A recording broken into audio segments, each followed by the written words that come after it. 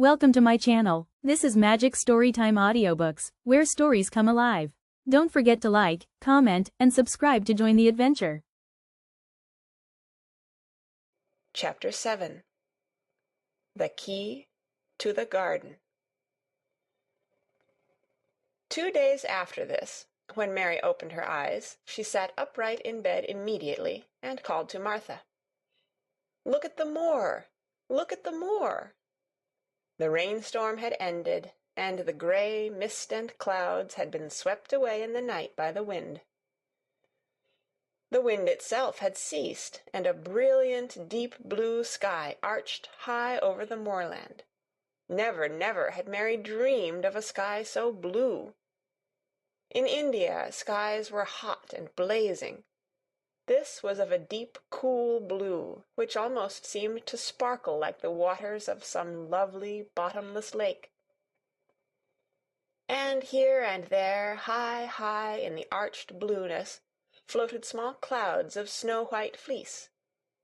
The far-reaching world of the moor itself looked softly blue instead of gloomy purple-black or awful dreary gray. "Aye," said Martha, with a cheerful grin. "The storm's over for a bit. It does like this at this time o' the year. It goes off in a night like it was pretendin' it had never been here and never meant to come again. That's because the springtime's on its way. It's a long way off yet, but it's comin'." "I thought perhaps it always rained or looked dark in England," Mary said. "Eh, no," said Martha, sitting up on her heels among her black-lead brushes. "Nowt o' the sort." "What does that mean?" asked Mary seriously. In India the natives spoke different dialects, which only a few people understood, so she was not surprised when Martha used words she did not know. Martha laughed as she had done the first morning. "There now," she said, "I've talked broad Yorkshire again, like Mrs. Medlock said I mustn't. Nowt o' the sort means nothin' of the sort," slowly and carefully. "But it takes so long to say it. Yorkshire's the sunniest place on earth, when it is sunny. I told thee thou'd like the moor after a bit. Just you wait till you see the gold-colored gorse blossoms, and the blossoms o' the broom, and the heather flowerin', all purple bells, and hundreds o' butterflies flutterin', and bees hummin', and skylarks soarin' up and singin'. You'll want to get out on it at sunrise and live out on it all day like Dickon does." "Could I ever get there?" asked Mary wistfully, looking through her window at the far-off blue. It was so new and big and wonderful, and such a heavenly color.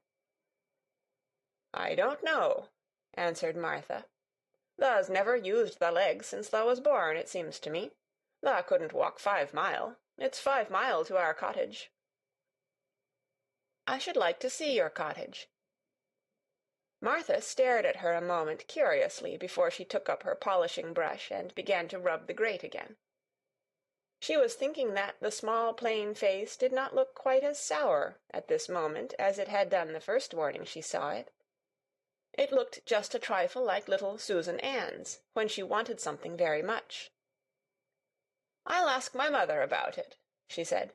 "She's one of them that nearly always sees a way to do things. It's my day out today, and I'm going home. I am glad. Mrs. Medlock thinks a lot of mother. Perhaps she could talk to her." "I like your mother," said Mary. "I should think tha did," agreed Martha, polishing away. "I've never seen her," said Mary. "No, tha hasn't," replied Martha. She sat up on her heels again and rubbed the end of her nose with the back of her hand, as if puzzled for a moment. But she ended quite positively. "Well, she's that sensible and hard-workin' and good-natured and clean that no one could help liking her whether they'd seen her or not. When I'm going home to her on my day out, I just jump for joy when I'm crossin' the moor."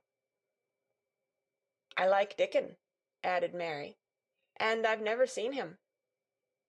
"Well," said Martha stoutly, "I've told thee that the very birds likes him, and the rabbits, and wild sheep and ponies, and the foxes themselves. I wonder—" staring at her reflectively. "What Dickon would think of thee?" "He wouldn't like me," said Mary in her stiff, cold little way. "No one does." Martha looked reflective again. "How does thou like thysel'?" she inquired, really quite as if she were curious to know. Mary hesitated a moment and thought it over. "Not at all, really," she answered. "But I never thought of that before." Martha grinned a little as if at some homely recollection. "Mother said that to me once," she said. "She was at her wash-tub, and I was in a bad temper, and talking ill of folk, and she turns round on me and says, 'The young vixen, tha! There tha stands, saying tha doesn't like this one, and tha doesn't like that one. How does tha like thysel'?' It made me laugh, and it brought me to my senses in a minute." She went away in high spirits as soon as she had given Mary her breakfast. She was going to walk 5 miles across the moor to the cottage, and she was going to help her mother with the washing and do the week's baking, and enjoy herself thoroughly. Mary felt lonelier than ever when she knew she was no longer in the house. She went out into the garden as quickly as possible, and the first thing she did was to run round and round the fountain flower garden 10 times. She counted the times carefully, and when she had finished she felt in better spirits. The sunshine made the whole place look different. The high, deep blue sky arched over Misselthwaite as well as over the moor, and she kept lifting her face and looking up into it, trying to imagine what it would be like to lie down on one of the little snow-white clouds and float about. She went into the first kitchen garden and found Ben Weatherstaff working there with 2 other gardeners. The change in the weather seemed to have done him good. He spoke to her of his own accord. "Springtime's comin'," he said. "Cannot thou smell it?" Mary sniffed and thought she could. "I smell something nice and fresh and damp," she said. "That's the good rich earth," he answered, digging away. "It's in a good humour making ready to grow things. It's glad when plantin' time comes. It's dull in the winter when it's got nowt to do. In the flower gardens out there things will be stirring down below in the dark. The sun's warming 'em. You'll see bits o' green spikes sticking out of the black earth after a bit." "What will they be?" asked Mary. "Crocuses and snowdrops and daffydowndillies. Has thou never seen them?" "No, everything is hot and wet and green after the rains in India," said Mary, "and I think things grow up in a night." "These won't grow up in a night," said Weatherstaff. "Thou'll have to wait for 'em. They'll poke up a bit higher here, and push out a spike more there, and uncurl a leaf this day and another that. You watch 'em." "I am going to," answered Mary.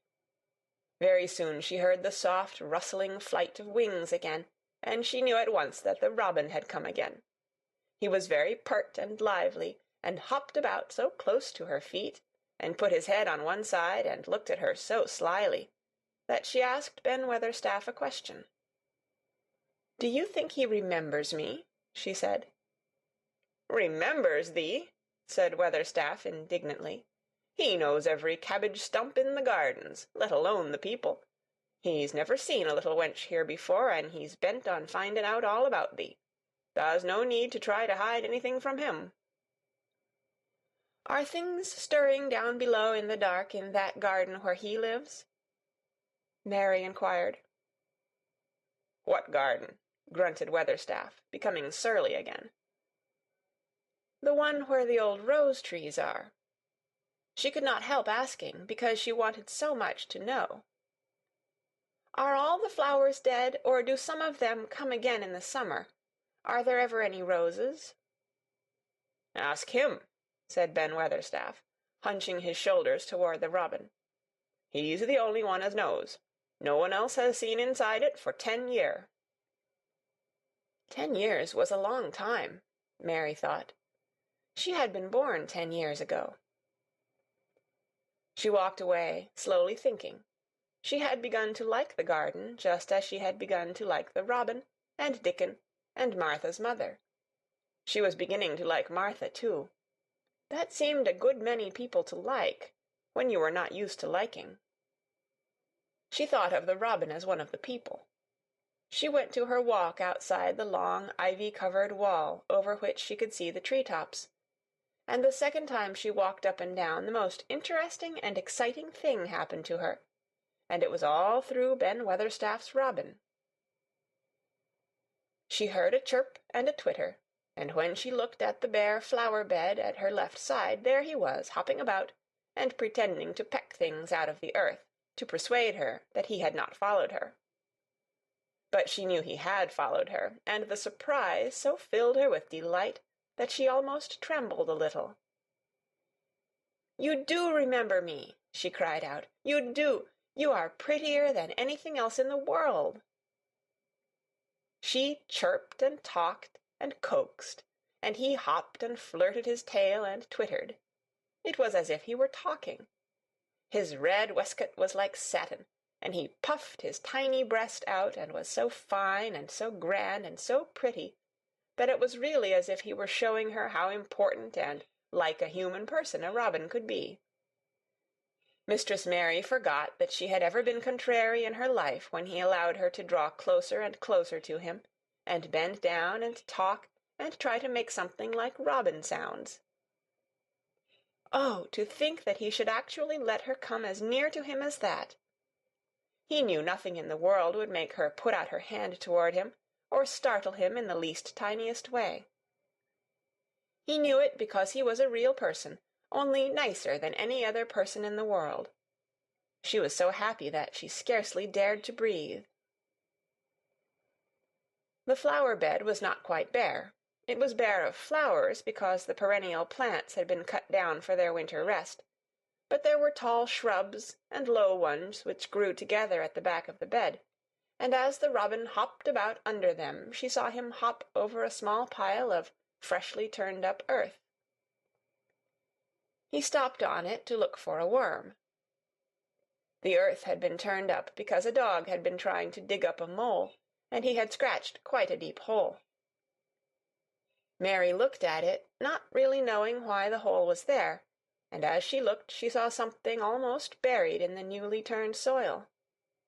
It was something like a ring of rusty iron or brass, and when the robin flew up into a tree near by she put out her hand and picked the ring up. It was more than a ring, however. It was an old key, which looked as if it had been buried a long time. Mistress Mary stood up and looked at it with an almost frightened face as it hung from her finger. "Perhaps it has been buried for 10 years," she said in a whisper. "Perhaps it is the key to the garden."